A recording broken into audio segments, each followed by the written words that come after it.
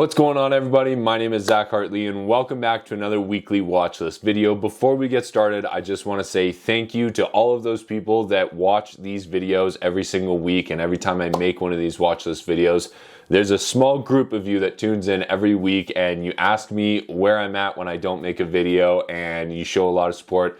So I just want to say thank you for watching my videos. I sincerely appreciate it. I honestly make these videos for myself, to get myself prepared for the week, and then I just try and share them with everybody else. But the fact that you get value out of it just makes me happy, makes me want to continue it. I've been doing these videos for almost 3 years now, so it's been kind of cool, kind of a cool journey, and I am happy that you've joined along. Now, when it comes to this week, we've got a lot going on. The NASDAQ is on an absolute tear of a rebound here, from down at 10,000 now to 15,310.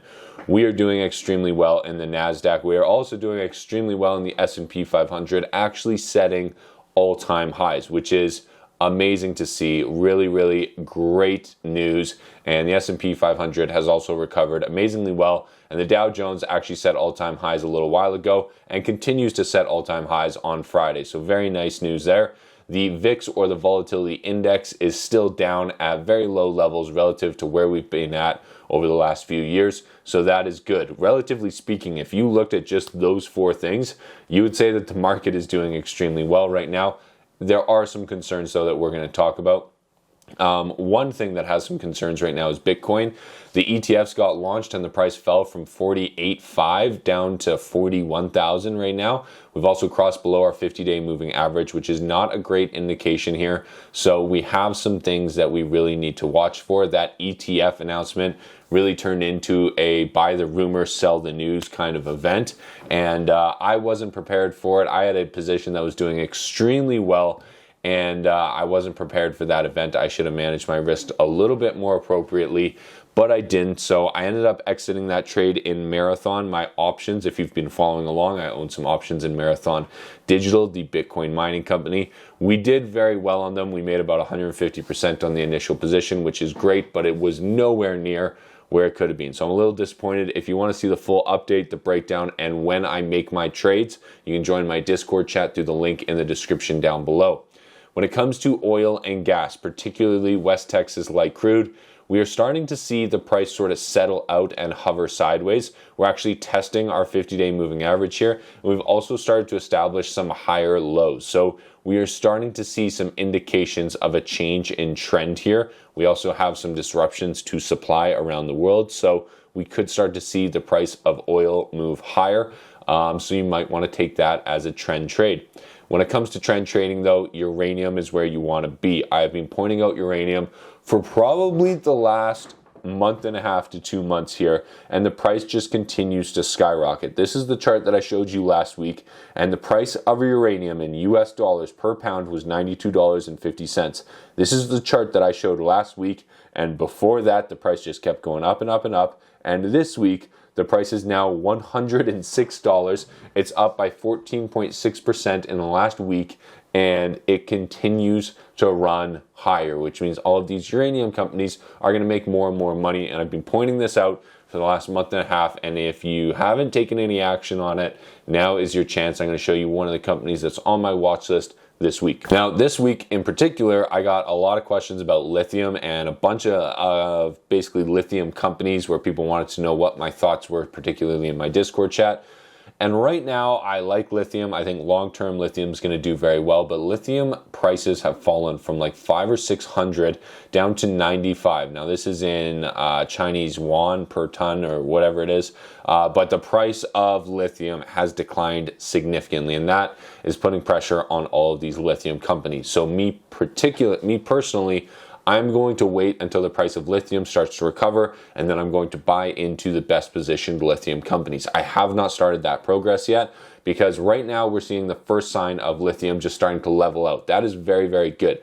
I want to see it start to go back up before I start to buy in, though, because if you look at the price of uranium, like, these trends can last months. This trend right here is going on 6 months right now of the price increasing. And so you are not going to miss out if you are patient and you watch it diligently. If you forget about it, though, that's when you miss out. When it comes to earnings, we are basically entering the big earning season right now. We had some of the big banks report last week that kind of kicks everything off. And now we've got Tesla on Wednesday. We got Netflix on Tuesday. We got NextEra Energy on Thursday. We got Visa, Intel. We've got a lot of companies that are going to be reporting this week. So it's going to be a very exciting week.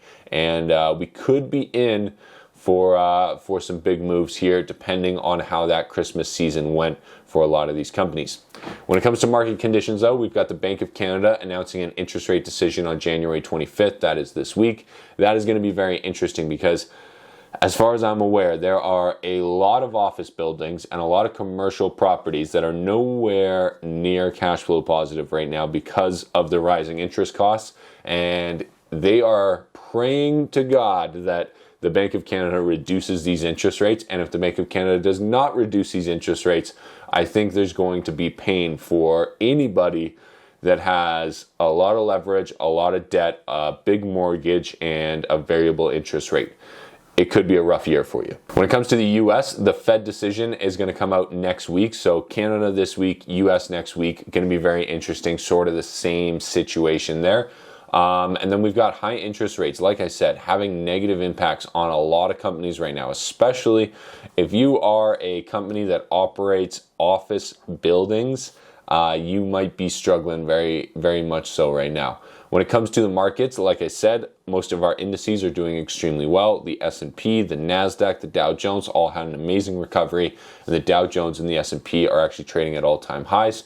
And AI continues to be the hot trend right now. If you've seen NVIDIA stock, we're not going to look at it this week, but if you've seen NVIDIA stock, it just keeps going higher, higher, and higher. It's absolutely unbelievable, and it's because people are realizing how valuable AI is going to be in the future. Now, when it comes to stocks for this week, it only makes sense to start with a uranium company. This is Uranium Royalty Corp, URC.TO. I believe they also trade in the US. And I actually talked about this company probably 6 to 12 months ago on my channel. I might have even made 2 or 3 videos about them. And if you look at the company, the stock has basically consolidated. It gets rejected every time it hits $4.40 until just recently when the volume picked up and the stock broke out. And if uranium continues to even just stay at these prices or go higher, I think Uranium Royalty Uranium Royalty Corporation is going to do extremely well. Next one here is Drone Delivery Canada. I am kicking myself because I went through the chart at this exact time last week and I decided not to show it in my weekly watch list just because I had talked about it so much in the past. That was a mistake though, because we clearly broke out of resistance here. We broke out of our moving averages. We've got a dramatic increase in volume, and we had some major news come out in the last week. They've landed a couple of new contracts, and I'm watching closely to see if this continues or if this was just another quick pump and we slowly see the stock dissipate again. I'm hoping this continues, and I'm hoping we see more announcements and more revenue come in, because that would be very, very exciting. Next one here is Coinbase. This chart is super interesting because, as you can see, we got rejected at $115 twice right here. Once in 2022, once in 2023, then we broke out of it at the end of 2023, and now we have come back down to that exact same level here at basically the middle of January. And so I am watching to see if we bounce off of this level or if we break down below it. I think one of the two is going to happen. It's probably going to depend on Bitcoin prices, but something is going to happen. I don't think it's going to continue to trade sideways at this level, so I'm waiting for confirmation before I take my trade, or I might take a straddle trade and play both sides with some options. I'm still sort of debating, but there is an opportunity here. I just got to kind of massage it a little bit and maybe be patient until it fully reveals itself. Now, the last company I want to talk about here is Datadog. This is a very exciting company that has amazing revenue growth and very solid cash flow from operating activities. They are a SaaS model basically focused on analytics for enterprises and developers, and the stock is breaking out. Similar to Coinbase, we hit some major rejection here. Now we are breaking out. We even had a little bit of a pullback here back down through support. We broke back through support, and now we are running higher. If you zoom this chart out, the stock was actually trading much, much higher in 2022 and 2021. I think it has lots of room to run. I think the company is growing extremely steadily, extremely well. They're profitable already from a cash flow perspective, and I like what they are doing. I think there's a huge opportunity here long term. Now, if If you're interested in learning how to actually analyze companies like this, I have a totally free course on Skillshare that has already had over 21,000 students go through it. They've left over 429 reviews, and they've spent 2.7 million minutes of watch time on the course. It's 10 hours long, so you can do it in a weekend. It's hosted on Skillshare, and like I said, it's free for an entire month. So if you can do the 10-hour course in under 1 month, you get the entire thing for free. I highly recommend it. The link will be in the description down below. It's hosted on Skillshare. You will need a credit card to create an account, but if you cancel your account before the 1 month period, totally free. Check it out. And if you want to see my income-focused portfolio focused on dividends and cash flow, that is hosted on Blossom, also in the link in the description down below. Thank you so much for watching, and we'll see you in the next one. Good luck trading. Good luck investing, and we'll talk to you soon.